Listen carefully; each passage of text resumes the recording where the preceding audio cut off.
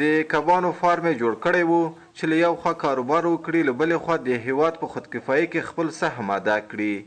دوی وایي د کندز د امام صاحب ولسوالۍ د بوتکاشان په سیمه کې ګڼ شمېر کلیوالو په خپلو کرنیزو ځمکو کې د کبانو فارمونه جوړ کړي دي، خو وایي د بازار نشتوالي خوبونه یې وران کړي دي.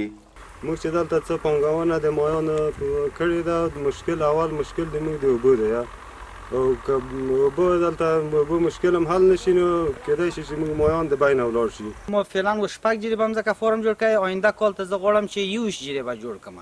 نور مځکه مې ورته برابره کړې ده، او د یوې خونه مارکیټ خراب دی، او د بلې خونه موږ د شاروان نار چې دی هغه په باندې کار روان دی، د ډېر وخت کې چې هغه تړلی دی، موږ د اوبو سره ډېره غټه ستونزه لرو. د کندز د سوداګرۍ او پانګونې خونې چارواکي بیا پر حکومت غږ کوي چې د دې ستونزې د حل لپاره د کبانو پر واردولو د بندیز ولګوي. د ګاونډیو هیوادونو د ماهیانو د واردولو لپاره باید یو ځانګړی سیاست په پام کې ونیول شي څو د کندز فارم لرونکي هم تشویق شي.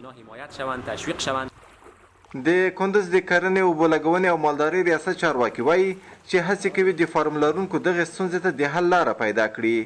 اوس مهال په کندز کې څه باندې 130 د کب روزنې لوی فارمونه جوړ شوي دي.